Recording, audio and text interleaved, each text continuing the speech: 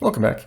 In previous videos, I've talked a lot about the S&P 500 and the TSX, and today we're going to talk about what those actually are.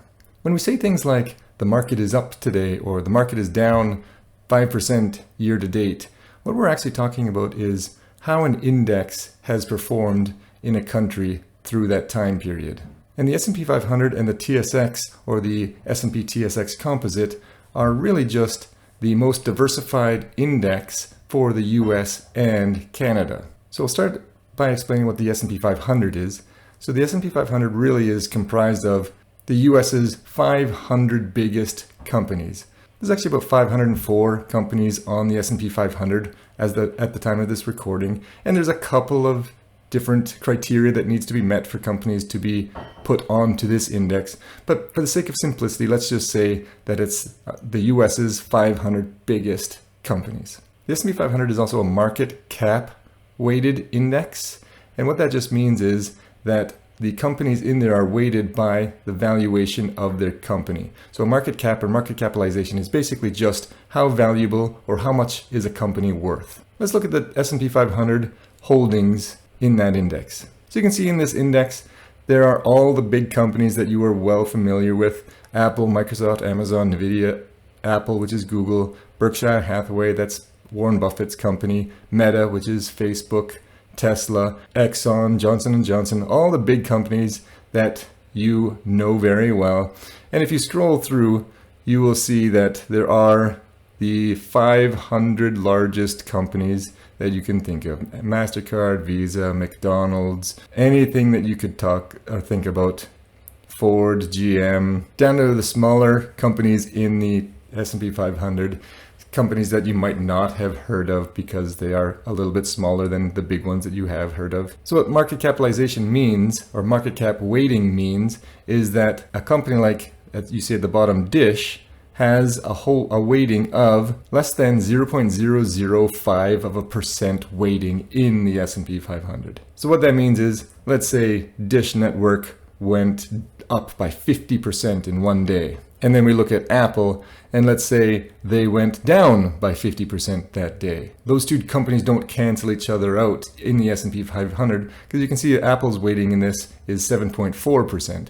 So Apple actually has 1,500 times more weighting in this index than Dish did. So Apple has a lot more sway as to how the S&P 500 goes in a particular day, week, year, whatever it happens to be.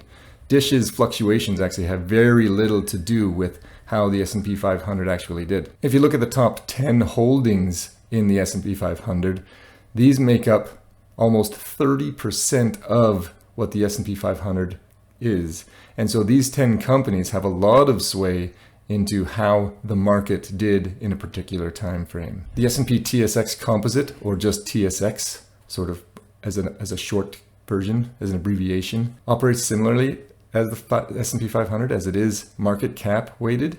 So the biggest companies have the biggest weighting or biggest control of the TSX. And you can see it is a little bit different. The S&P 500 was heavily weighted towards the tech companies, and the TSX is heavily weighted towards the banks and the oil sector. So it's important to hold companies in both because they are very different. Market cap weighting is the most popular way, most common way of making a financial index. There are others. So for example, the Dow Jones in the United States, one of their biggest indices, is actually price weighted. So what that means is a company's share price, the higher it is, the more weighting that you have in the Dow Jones.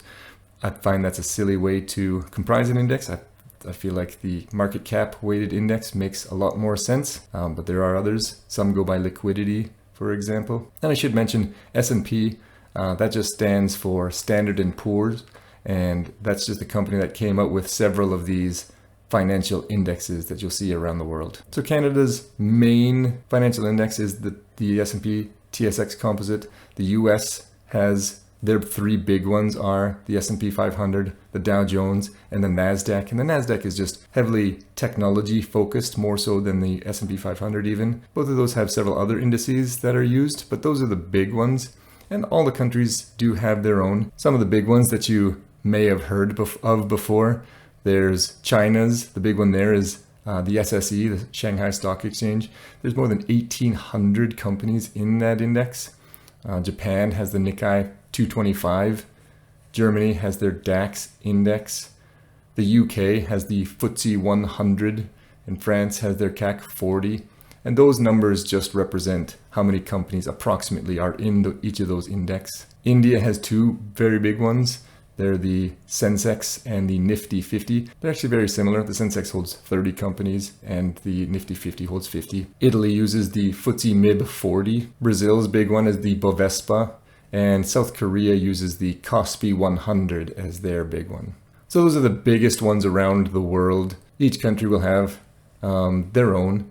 So I hope this video has helped you understand what the S&P 500 and the TSX is and how they're indexed. Hopefully you've gotten to know some of the other countries' indices that are used.